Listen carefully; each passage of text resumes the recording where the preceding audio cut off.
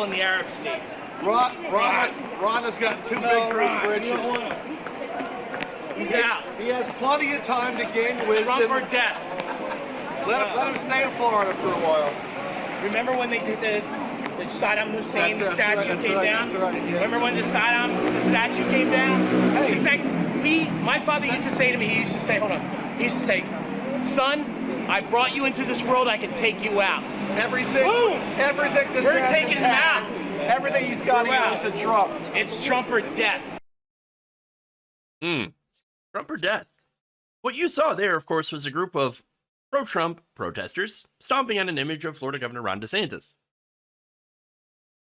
This happens just hours before the former president made his very, very big announcement at Mar-a-Lago on Tuesday, announcing that he's going to run for president, of course. The video was tweeted out by Scootercaster New York and credited to Kevin R.C. Wilson of Freedom NTV. And so I just got to say, Trump or death? Is there no other better options? I mean, seriously. Like, what? Fascinating. Really fascinating. Hey, tell me it's a cult without telling me it's a cult. Okay? But anyway, this seems to be a warning for DeSantis, who is considered to be Donald Trump's, of course, rival, even though Ron DeSantis hasn't declared his intention to seek the presidency. And look, I know personally, I believe that Ron DeSantis is under a ton of pressure now because, again, you've got all of the establishment, you've got GOP mega donors that are going over to Ron DeSantis. You have the media that's propping up Ron DeSantis, saying, that he is the future, the leader of the party. And so that's a lot of pressure. And if Ron DeSantis ever does want to become president, which I'm sure he's got aspirations to be, well, he's got to take this is only his chance. This is only chance. If he doesn't do this, he will be forever considered a coward, and no one will support him. So there's that. Now, that said, I mentioned the Murdoch news empire. That's, of course, mainly Fox News, even though Fox hosts and pundits aren't 100% for DeSantis at this point and are still in favor somewhat for Donald Trump. But then you also have, again, Republican leaders, politicians that have turned on Donald Trump. You have, basically the news establishment that are against him. But the big question here is, what about the Republican voters? Now, that's really, I'm really curious about that. Where are Republican voters, the rank and file people, the people that actually show up on election day? I don't know where they are. And that's why the fight is interesting. It's fascinating. I mean, it's very obvious that the establishment media, CBS, ABC, NBC, etc., they don't want Trump. Well, of course. Establishment media despises Trump, as does now Republican media. And and that's because of the donors, as I said before. Donors like stability, okay?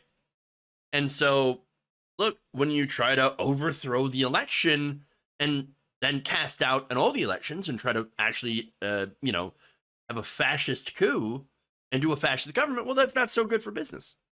Again, the market's business like stability, and they've said, no, we do not want Donald Trump again. We're done. Now, speaking of Murdoch, the New York Post has been slamming Donald Trump in headlines. In fact, I want to show you one of the newest one that's very brutal. Take a look. No, don't look at the middle. Look all the way down at the bottom. Florida man makes announcement. Page 26.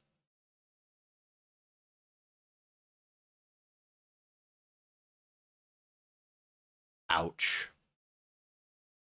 That is brutal. Wow. Okay. So, look. That said, there's a lot of money that's going to be spent against Donald Trump, of course. But let's not forget, Donald Trump has money as well. One of his super PACs has about $95 million that they were supposed to spend, by the way, on Republican candidates during the midterms. They did not. And look, that super PAC can launch ads. Now, by the way, he is not able to personally control it now that he has filed paperwork to run, but that's okay. He's got his own personal assets as well. I don't know if he's going to use them, but he does. He can raise money from his base, or at least some members of his base. And of course, he's shown that he's willing to spend money on revenge. So, in revenge, I mean, it's looking like attacking DeSantis. Look, he'd already released an ad against Ron DeSantis. Just the day of his announcement, which was also pretty brutal. But back to the video, by the way. Speaking of revenge, I noticed something very interesting. Okay. So now the flag in the video featured a URL that points to a website that sold pro-Trump merchandise. So that right there, that got me thinking, what if this, is a stunt? What if these are paid actors? Again, the reason that I, asked that question is because it's not like Donald Trump hasn't paid actors before. Donald Trump has paid people to go to his rallies. Now, he had to do so when he was first running and then got very popular in the Republican field. So there's that. Or there's a group of people that want to make money off Donald Trump. That's, of course, not a surprise. There is a whole right-wing griftosphere around him. But again, the one thing I need to remember, and I think we should all remember, is that there is an incentive to spend big money on both sides.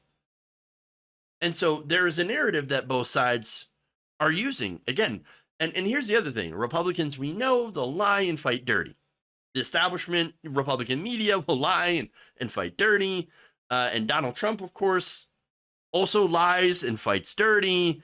And so that's why we're going to see this already, starting to see this knockdown, drag out fight using whatever they can get around.